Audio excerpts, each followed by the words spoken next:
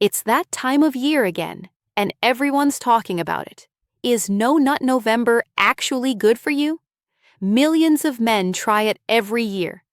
But the science is pretty clear on what actually happens when you stop ejaculating. I'm Dr. Megan Bennet, urology and men's health expert, and today we're breaking down the truth about semen retention, what increases, what decreases, and the one thing your body does automatically that resets the whole challenge. So, first, what exactly is semen retention? It's the practice of avoiding ejaculation in any form. No sex, no masturbation, no release at all. Every November, men take on this 30-day challenge, often as part of a bigger online community. And some find it helps with focus, discipline, or even motivation. If it works for you on a psychological or spiritual level, that's fine. But I want to separate what's truly backed by science from what's mostly myth, because you'll hear claims that semen retention boosts testosterone, improves fertility, and builds more semen volume. So let's see what the research really says. Let's start with testosterone. There have only been 2 small studies on this topic, one with 10 men and another with 29. The first found a small testosterone increase after 3 weeks of abstinence. But there's an important detail. These men knew they'd be allowed to watch adult material and masturbate at the end of the study. So their brains were anticipating that reward, which can temporarily raise testosterone levels.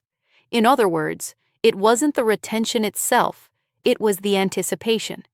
The second study found a small bump around day 7, but then testosterone quickly dropped back down.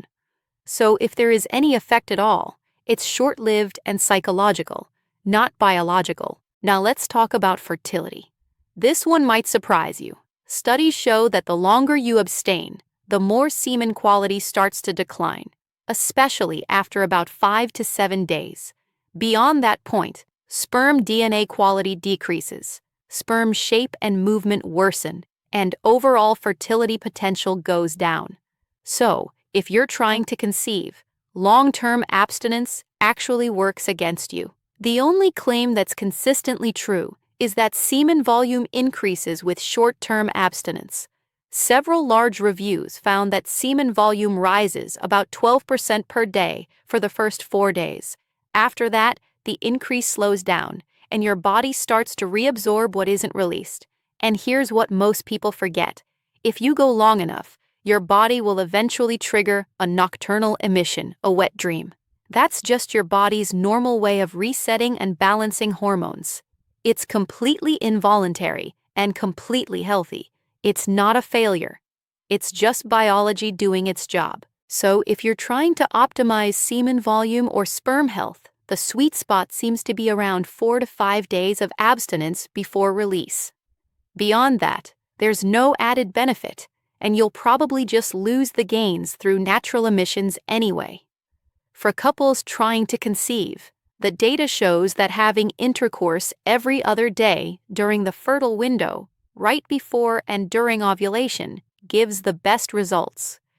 So, here's the takeaway. Semen retention is surrounded by a lot of myths about boosting testosterone, fertility, or giving you some sort of superpower. The reality is, your body has built-in limits.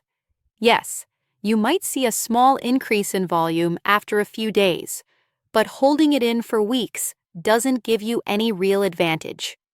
If you want to experiment with it for focus, mental clarity, or discipline, that's completely fine, but do it with realistic expectations. Your body is designed for balance, not extremes.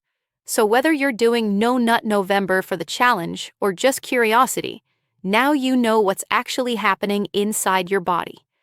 If you found this helpful and want more science-based answers about men's sexual health, performance, and confidence, hit subscribe and join me here every week. I'm Dr. Megan Bennet, and I will see you in the next.